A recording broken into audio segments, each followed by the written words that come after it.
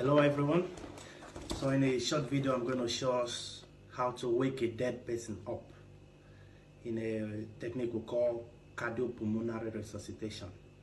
A lot of people have died a sudden death, without being announced, without planning, without any suspicion of death coming. A typical example was my dad. He was actually preparing to go to farm on the fateful day when he died. We just saw him on the floor. Fortunately, the person that met him there, I don't know how long he's been on the floor anyway before he was met, but we lost him because of lack of knowledge, and probably when he was met as well, it might be too late. So how do you wake a dead person up? If the dead person is fortunate enough to be met early enough, he can be brought back to life. And how do you do that? In a technique we call cardiopulmonary resuscitation. So it can be done manually with your bare hands, and it can be done as well with a device we call defibrillator. So I'm going to show us how to do it with your bare hands, because it can happen at any time, anywhere, and you may not have any equipment at hand. So how do you do it? First of all, when you see someone lying on the floor anywhere, or saw him as he was collapsing or whatever, first thing to do is to make sure the environment is safe for you and for the patient before you dive into cardiopulmonary resuscitation. Having secured the environment, second thing is to check for the sign of life. Because this, just as I said, is how to wake a dead person up. We don't do it for people that are living. If there's any sign of life, then there's no need to do it. So first of all, you check if the person is alive, any sign of life. How do you do it? By tapping the person and calling the name, and looking as well to see if the person is breathing. So I'm going to go, hey John, are you all right? Hello, can you hear me? Hello? There's no response, so which suggests he's dead. So the next thing we'll do is to check for, I will call for help. So, hello, anyone around? Someone help me? So just call if there's anyone. The person will come and assist and make plans to take the person to hospital as well. If there's no one around, you don't need to leave. First of all, you have to do the CPR, cardiopulmonary resuscitation.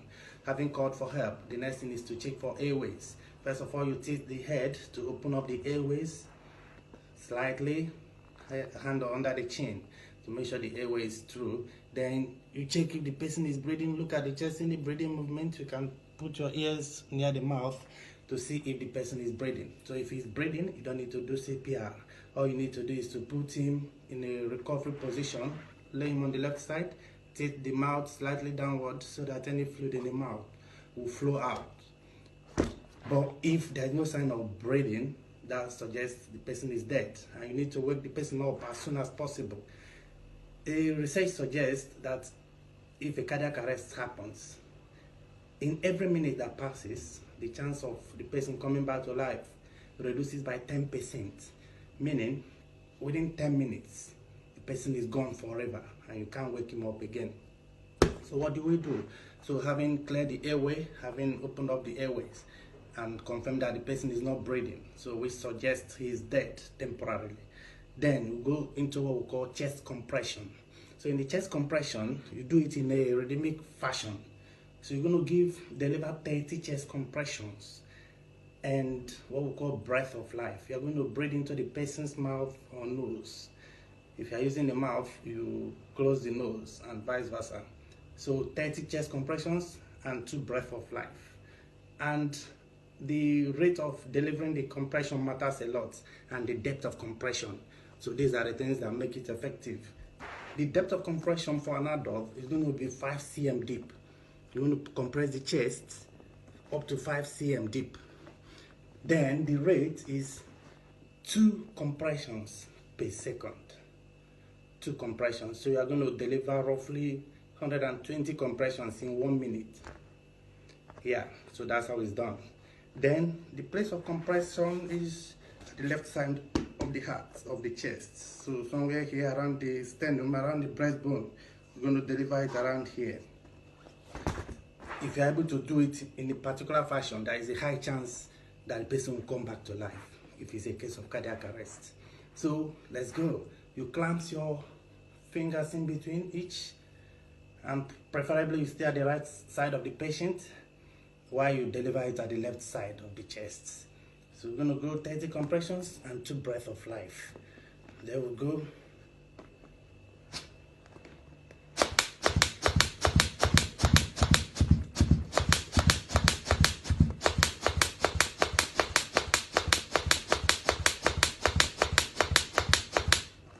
Compressions, then 2 breaths of life.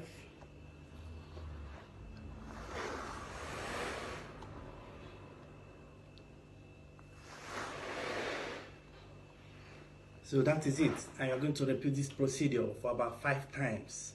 Then hopefully if someone came for help, you can switch over with the person. You need to continue this exercise till there is a sign of life, or you get exhausted and there's no one to help you, or maybe an ambulance comes to take the person to the hospital. Please, this exercise is very simple and it's very essential. You can lose a lovely one just in the twinkling of an eye. It happens. It happened to my dad.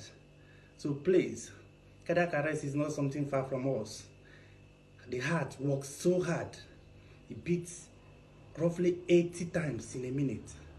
So in 1 hour, the heart beats like 115,000 times. And it beats like that every single day, every hour, every month, every week, every year. If you are 70 years, you can calculate how many years how many times your heart has been working without resting. It can happen to anybody, irrespective of age. Please and please learn it, teach it to other people. Let's save lives. It matters. Thank you so much for watching, and God bless you.